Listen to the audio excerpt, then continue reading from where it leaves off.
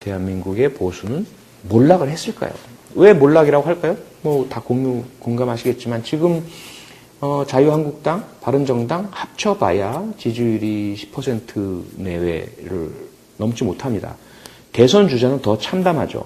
홍준표, 유승민 이분들이 지금 뭐 8%, 5%, 4% 뭐 이 정도에 머물러 있는 상태입니다. 이 보수는 몰락이라고 밖에 이야기할 수 없어요.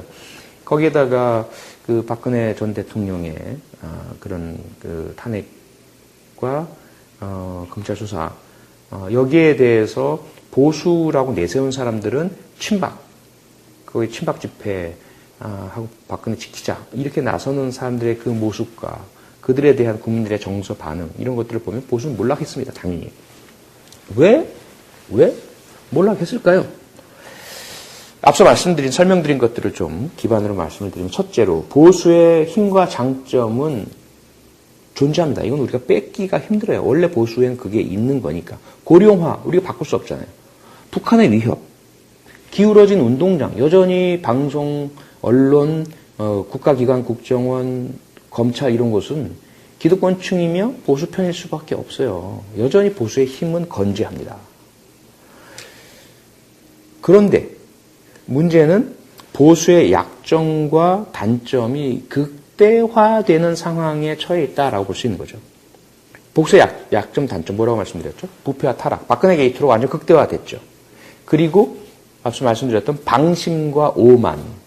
이들이 너무 오랫동안 북풍, 종북머리, 메카시즘, 색깔론, 그리고 권력남용, 국정원과 뭐 검찰 동원하면 웬만하면 뭐 반대파들 다 잡아놓고 이런저런 명분으로 진압이 가능하니까 너무 쉬웠던 거예요. 그래서 막내 던지고 돈 먹고 지들끼리 인사 전행하고 국가를 완전히 농단을 해버린 거죠. 방심과 오만의 어떤 그 이 단점이 극대화된 상황이고요. 그래서 건드리면 안 되는 다수 군중 99%를 건드려 버렸어요. 분노를 촉발시켜 버렸습니다.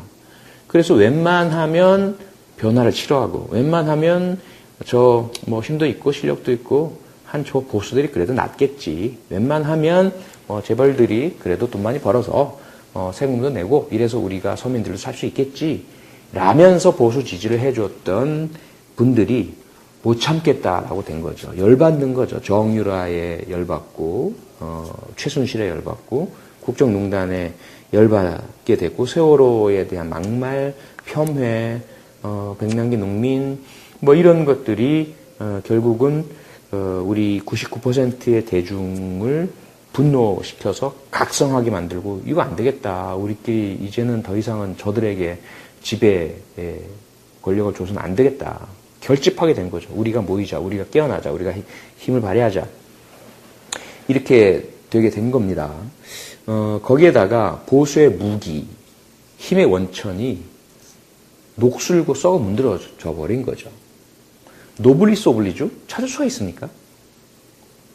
앞서 말씀드렸던 호텔 신라나 아우디 이 개별적인 한두 건 이외에는 재벌, 돈 많은 사람, 기득권층 권력자 절대로 이들이 서민을 위해서 배려한다든지 나누어 준다든지 국가사회를 위해서 봉사한다든지 이런 모습은 전혀 보이지 않아요. 노블리스 오블리주 우리 사회에 있다 믿는 분 거의 없을걸요.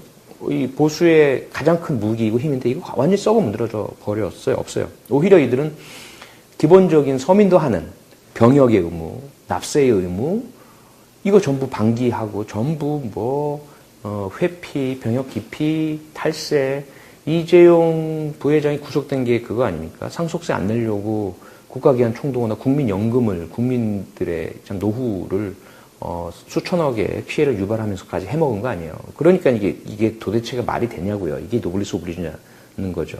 벼룩의 간을 빼먹는 이 횡포들이 계속 되어 왔잖아요. 갑질이 진행이 되고 거기다 이제 품격, 매너, 실력 보수에게서 그거 찾을 수 있습니까?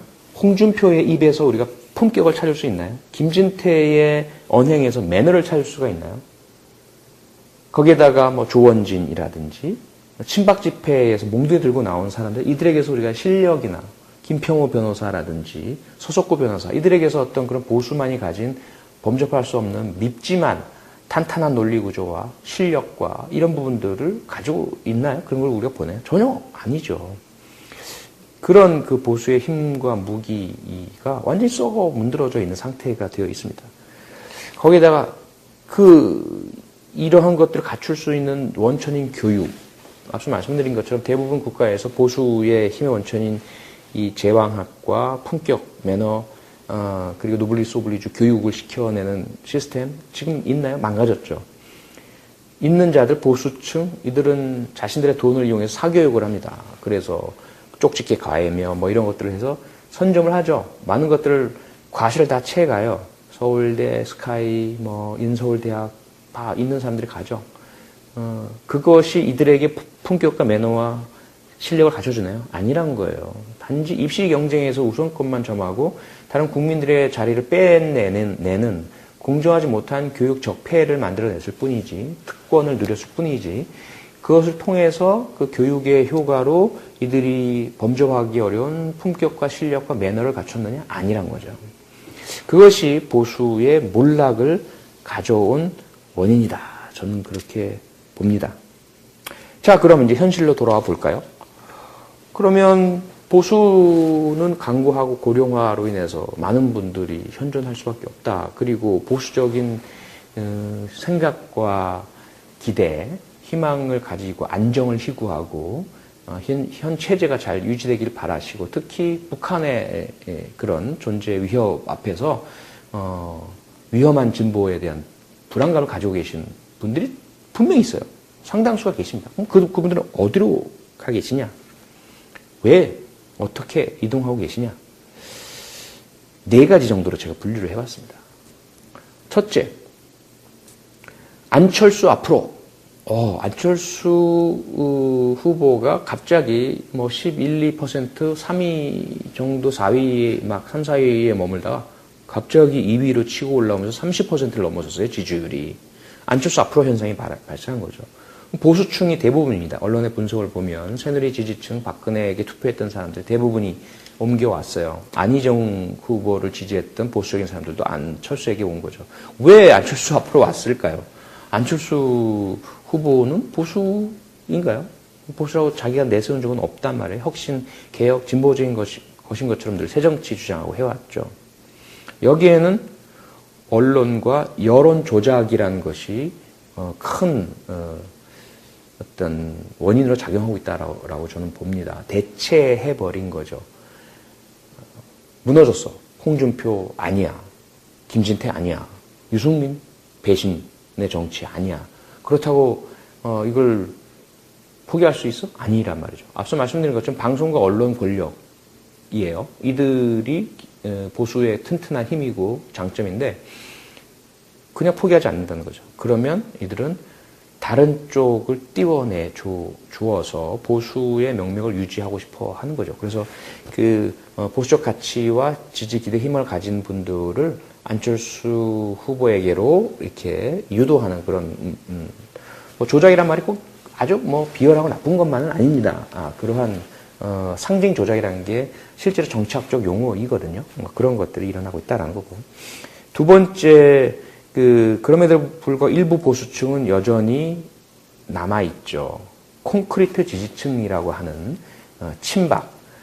그래서 현재 자유한국당의 당원이거나 지지자로 남아 계시는 분, 그리고 새누리당의 이름을 가져와서 친박 세력이 정당 등록을 한다고 하죠. 이쪽에도 여전히 있으시고, 이분들이 극우다 이런 표현을 많이 써 저도 쓴 적이 있지만 극우의 정치 이념을 가지고 있을까? 이건 좀 의문입니다. 이분들은 좀 모호해요. 그래서 어떤 정말 이념적인 정체성을 공유하면서 모이신 건 아닌 것 같고요. 단지 박근혜, 박정희라는 그 상징, 우상, 존재 자체에 대한 지지와 향수로 모여있는 분들이라고 저는 봅니다. 그분들도 분명히 있죠. 세 번째, 기득권층 엘리트, 합리적 보수. 앞서 말씀드렸던, 설명드렸던 부분 중에서 자수성가 형태이건 또는 상속의 형태이건, 우리 사회에서 전문직이나 기득권층을 형성하고 있는데, 자기들이 앞서 말씀드렸던 1, 2번에는 속하고 싶지 않은 거예요. 언론 여론 조작에 따라서 안철수 앞으로 모이는 그런 존재이고 싶지는 않고요. 그 다음에 꼴통 보수, 꼴수 소리 들으면서 자유한국당 지지로 남아있거나 새누리당 지지? 이건 못하겠어요. 친박은 아니란 말이죠. 이분들이 이제 바른정당 지지자라고 저는 봅니다, 개인적으로. 그런데 상당히 지금 지지율이 낮아 있는 형태인 거죠. 코어를 형성할 수 있다. 합리적 따뜻한 보수, 유승민 이라든지 지금 새누리 탈당파들이 표방하는 수도권 중심의 보수적인 정치인들과 함께 하고 그들을 지원하고 그래서 보수가 조금 더 건강하고 합리적으로 바로 섰으면 좋겠다. 이분들이 이제 현재 바른정당 지지층으로 모여 있다라고 저는 보고요.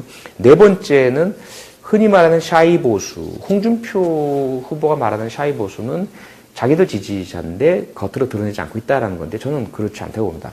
여기서 제가 보는 샤이 보수는 뭐냐면 앞서 말씀드렸던 보수적인 성향을 가지신 분들이에요. 본인들이 기득권층이 아니라고 하더라도 노동자층, 서민층이라 하더라도 기본적으로 체제 안정, 변화가 아닌 유지, 그리고 특히 북한의 이슈 앞에서 안보 중시 이런 것들을 지향하시는데 혼란스러우신 거죠. 근데 저런 친박의 어떤 극단적인 모습은 아니고 난 거기 속하고 싶지는 않은 거예요. 바른정당은 뭔가 좀 낯설어요. 그리고 그런 엘리트 중심의 합리적 모델 모형에는 뭔가 나는 좀 아닌 것 같은 느낌인 거죠. 거기다가 안철수 앞으로 가기도 조금 꺼려져요. 안철수가 국민의당 하고는 자기는 좀 잘 안 맞는 거죠. 이분들이 관망, 잠재, 혹은 은둔이라고 그럴까요? 지금 나타나고 있지 않은 거죠. 쭉 빠져 계신 거예요. 그동안은 자랑스럽게 새누리당, 박근혜, 그리고 보수, 그래서 자녀들이나 젊은 사람들한테, 너희들 잘못 생각하고 있다. 당당하게 나서셨던 분들인데, 이분들이 이번 국정농단 사태로 인해서 상당히 좀 충격을 받으시고, 흔들리시고, 일단, 귀찮아. 피로현상도 나타난 거죠. 정치 혐오 현상. 말도 하기 싫어. 그분들의 숫자가 얼마인지 정확히는 모르겠지만 상당수가 계시다고 봅니다. 그러면 이제 앞으로 과연 우리 사회가 또는 정치가 어디로 갈까라는 것은 제 분석에 따르면 이 네 분류로 지금 나뉘어 분산되어 계신 보수적 성향의 국민 여러분들 이분들께 향후에 어떻게 행보를 가지시도록 우리가 노력하느냐에 딸려 있다. 그래서 보수의 미래를 제가 또 조금 전망을 해봤습니다. 그럼 앞으로 어떻게 될 것이냐. 보수의 미래. 첫 번째는 일본형으로 변화될 가능성. 대단히 좀 우려스러운 가장 걱정하는 부분입니다. 다수의 지금 1, 2, 3, 4로 흩어져 있는 분들이 다시 모이시는데 어디로 모이느냐. 자유한국당과 바른정당 그리고 국민의당 정도까지가 모이는 자이언트 보수 정당이 다시 만들어지는 경우인 거죠. 명분도 되고 과거와의 어떤 과거 문제에 대한 세탁도 이루어지고 하니까 다시 샤이 보수를 포함해 안철수 앞으로 모였던 사람, 콘크리트 보수층, 바른정당 지지층이 모두 한꺼번에 모이는 현상이죠. 이렇게 되면 일본의 자민당 같이 되는 거예요. 그럼 일본의 자민당은 장기 집권이거든요. 순간 조금 흔들릴 때를 제외하고는. 그리고 그렇게 할 수 있는 또 하나의 촉발 요인이 뭐냐면 개헌입니다. 이원정부제나 의원내각제 정도의 개헌을 하게 되면 이러한 지금 개헌 주장 정당들이 그 부분이거든요. 이 성공을 해버리면 거기에 일부 민주당에서의 탈당파까지 가세를 해오르면 거대 공룡 정당이 되어버립니다. 그리고 이들은 의회를 장악하게 되고 의회 장악과 함께 행정부 장악까지 되는 거죠. 내각을 장악하게 되니까. 그러면 이들이 앞서 제가 설명드렸던 보수의 장점, 힘, 그리고 힘의 원천과 무기 이런 것들을 확 틀어줄 수 있게 되고 약점과 단점이 아무리 드러난다 하더라도 그걸 무마시켜버릴 수 있는 거대한 힘을 가지게 돼요. 대단히 우려스러운. 그렇게 되면 국가 전체의 우경화가 일어나게 됩니다. 아베 정권이 하고 있는 것처럼. 그럼 국민들은 지지할 수밖에 없어요.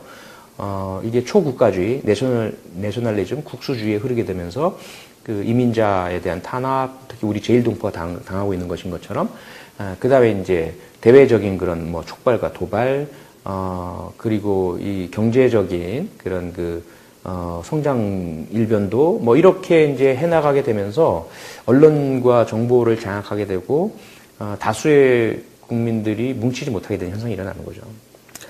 두 번째는 미국형으로 갈 가능성. 앞서 말씀드린 것처럼 미국의 정치는 보수 대 보수입니다. 조금 더 보수와 조금 덜 보수, 자유주의 정당 이렇게 되는 거죠. 그리고 진보적인 성향의 정치인이나 사람들은 빅텐트로 이 자유주의 정당 속으로 다 흡수되는 거죠.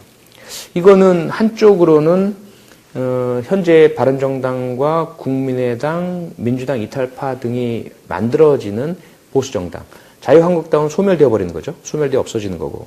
그렇게 해서 이제 미국의 공화당 같은 정당이 생기고, 다른 한쪽으로는 민주당과 정의당, 그리고 지금 현재 여러 민중연합당, 노동당, 녹색당 이런 당들이 민주당의 우산 아래 빅텐트로 모이는, 이래서 양당 구조가 되는 미국형이 될 가능성이고요. 세 번째 가능성은 유럽형, 다당제가 되는 거죠.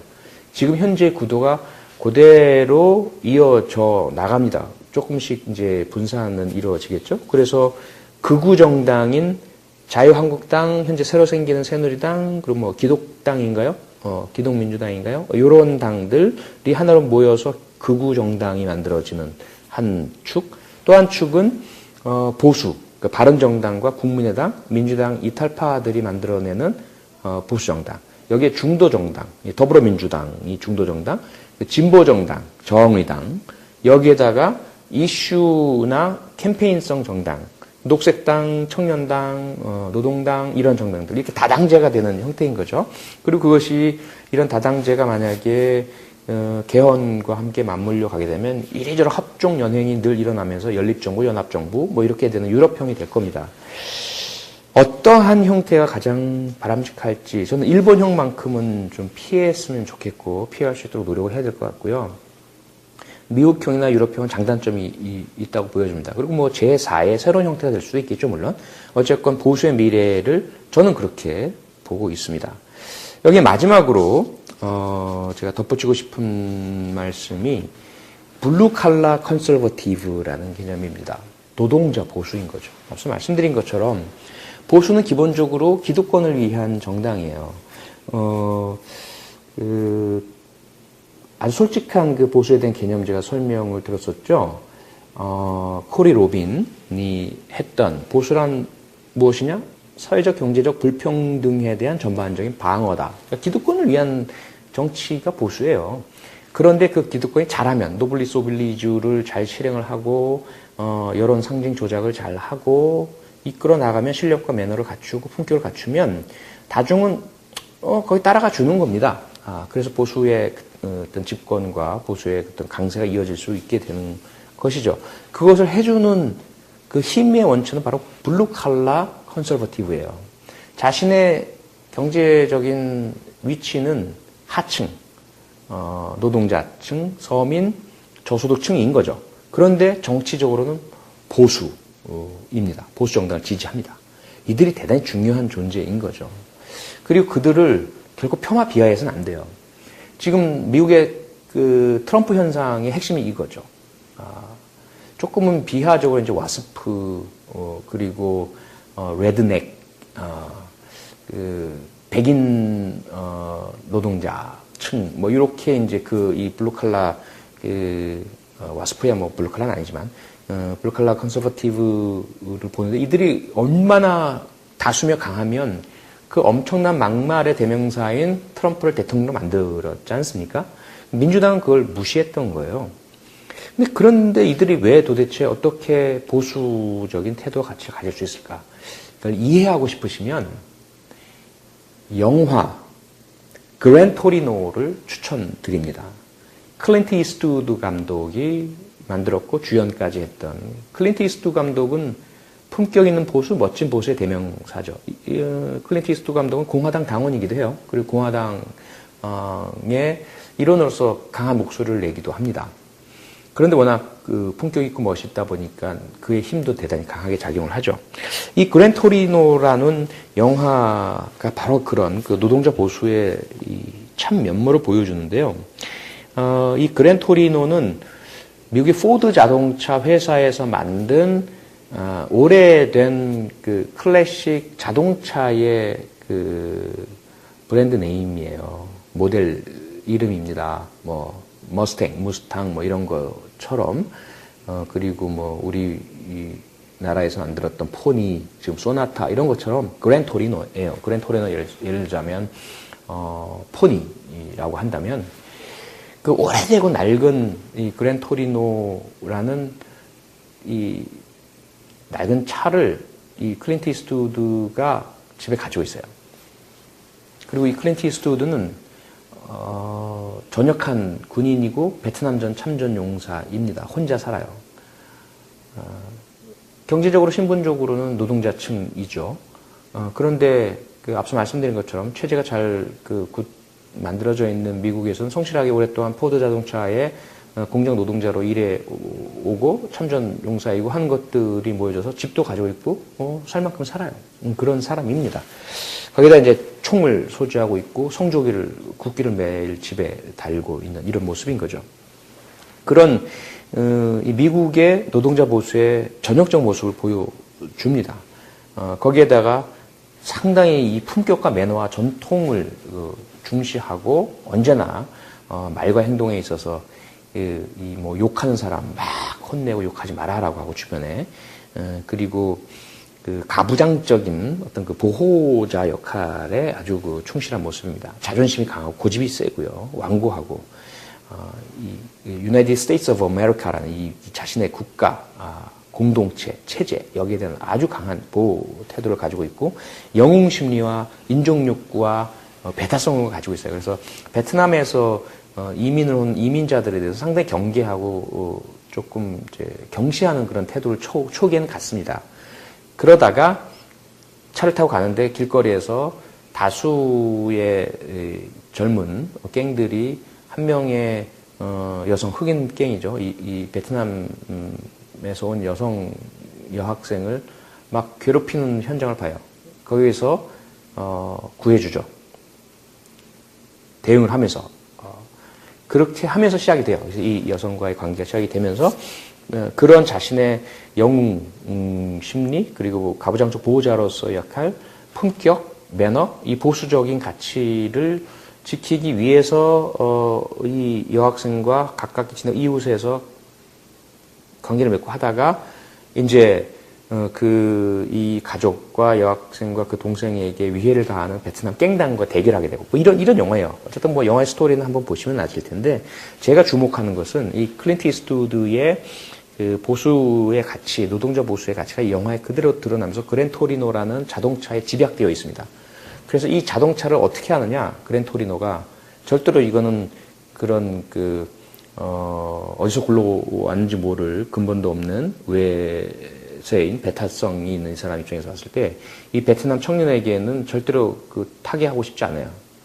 그런데 나중에 그런 서로 관계를 맺고 주고받고 하면서 그랜토리노를 그에게 넘겨주면서 자기는 이 베트남 갱단과 최후의 결전을 위해서 떠나갑니다. 그것이 보여주는 이 보수의 진정한 가치, 노동자 보수가 가지고 있는 것은 인종주의가 아니다라는 거예요. 국수주의가 아니다라는 거예요. 배타적인 영속성이 아니다라는 거예요. 우리 친박이나 우리의 그런 일베나 어버이 연합들이 보이는 태도는 절대로 이 노동자 보수의 본래 모습이 아니다라는 것을 분명히 보여줍니다. 그러면서 자기 헌신과 희생과 그리고 전혀 다른 이민족이라고 할까요? 이민자? 이들에게도 보수의 가치를 공유해 줄 수 있는 그런 그랜토리노를 넘겨주는 그 모습에서.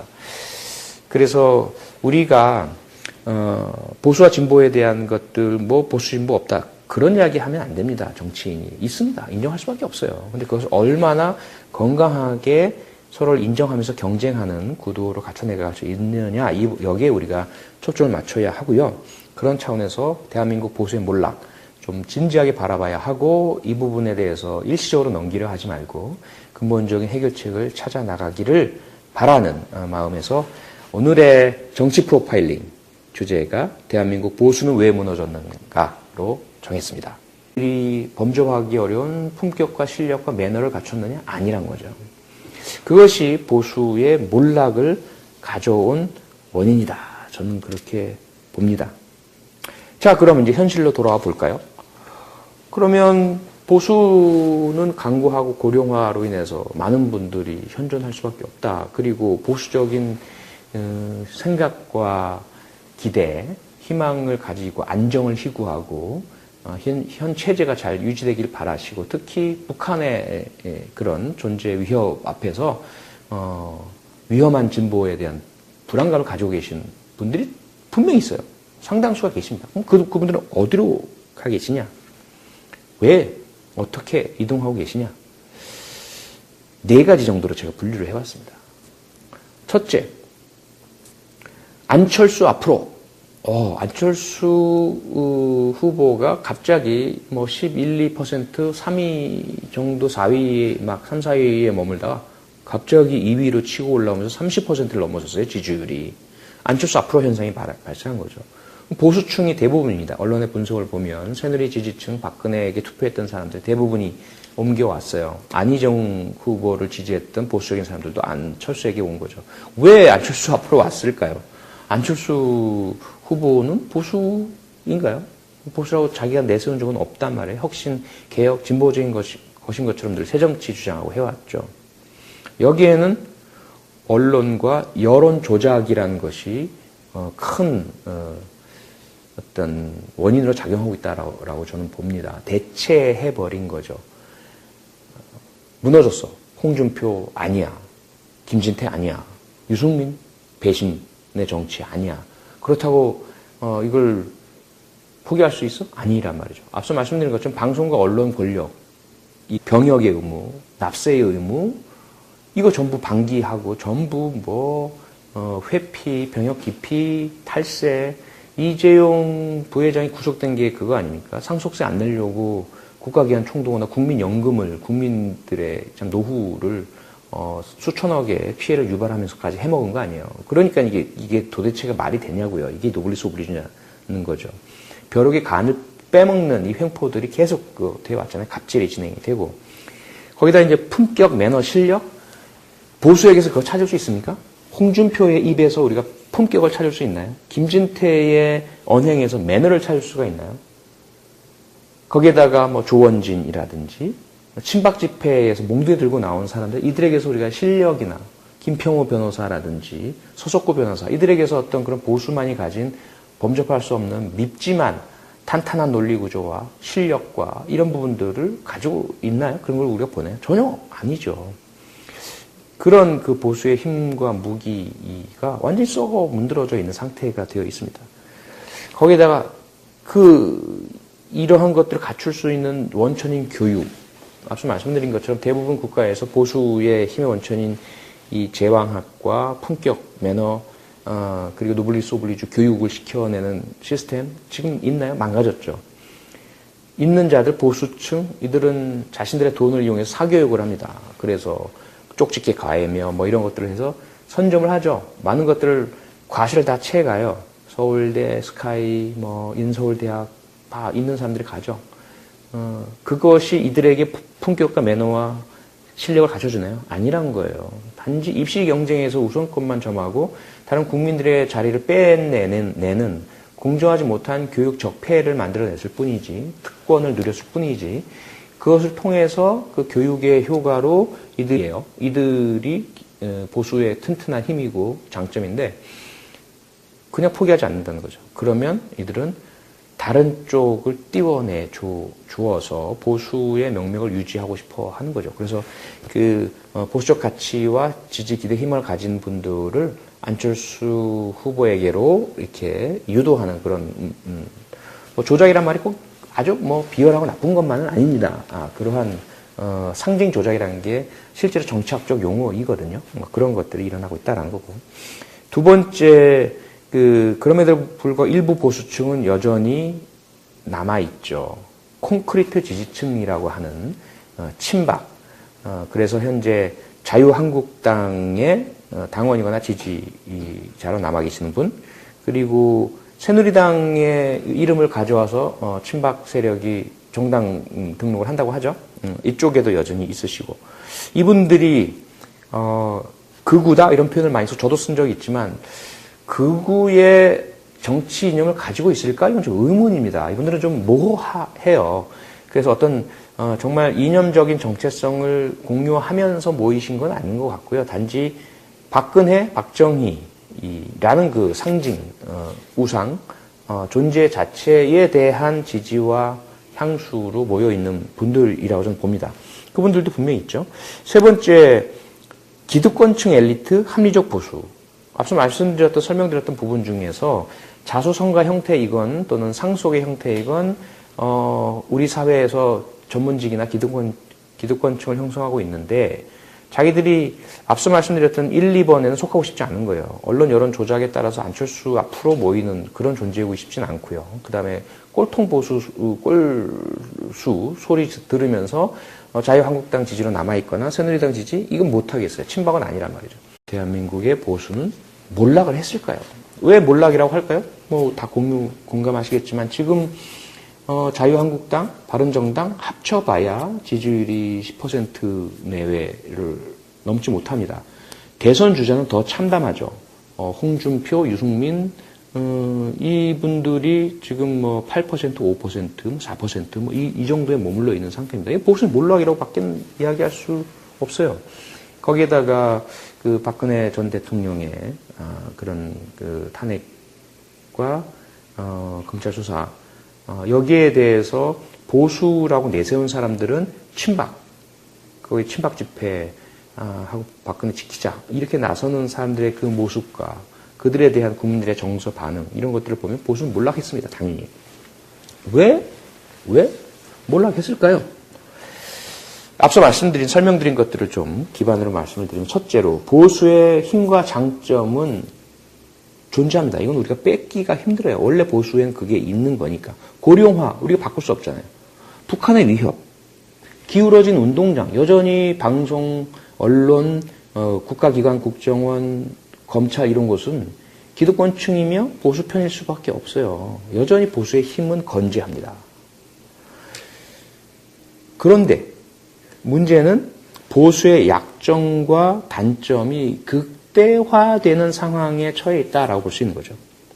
보수의 약점, 단점 뭐라고 말씀드렸죠? 부패와 타락, 박근혜 게이트로 완전 극대화됐죠.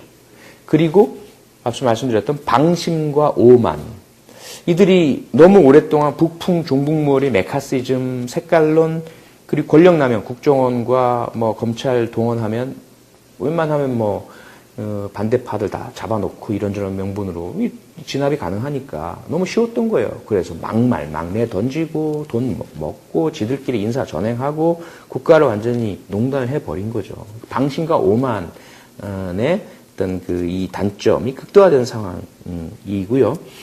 그래서 건드리면 안 되는 다수 군중 99%를 건드려 버렸어요. 분노를 촉발시켜 버렸습니다. 그래서 웬만하면 변화를 싫어하고 웬만하면 저 뭐 힘도 있고 실력도 있고 한 저 보수들이 그래도 낫겠지. 웬만하면 재벌들이 그래도 돈 많이 벌어서 세금도 내고 이래서 우리가 서민들도 살 수 있겠지. 라면서 보수 지지를 해줬던 분들이 못 참겠다라고 된 거죠. 열받는 거죠. 정유라에 열받고 최순실에 열받고 국정농단에 열받게 됐고 세월호에 대한 막말, 폄훼, 백남기 농민 뭐 이런 것들이 결국은 우리 99%의 대중을 분노시켜서 각성하게 만들고 이거 안 되겠다. 우리끼리 이제는 더 이상은 저들에게 지배 권력을 줘서는 안 되겠다. 결집하게 된 거죠. 우리가 모이자. 우리가 깨어나자. 우리가 힘을 발휘하자. 이렇게 되게 된 겁니다. 거기에다가 보수의 무기, 힘의 원천이 녹슬고 썩어 문드러져 버린 거죠. 노블리스 오블리주? 찾을 수가 있습니까? 앞서 말씀드렸던 호텔 신라나 아우디 이 개별적인 한두 건 이외에는 재벌, 돈 많은 사람, 기득권층 권력자 절대로 이들이 서민을 위해서 배려한다든지 나누어 준다든지 국가 사회를 위해서 봉사한다든지 이런 모습 전혀 보이지 않아요. 노블리스 오블리주 우리 사회에 있다 믿는 분 거의 없을걸요. 이 보수의 가장 큰 무기이고 힘인데 이거 완전히 썩어 문드러져 버렸어요. 없어요. 오히려 이들은 기본적인 서민도 하는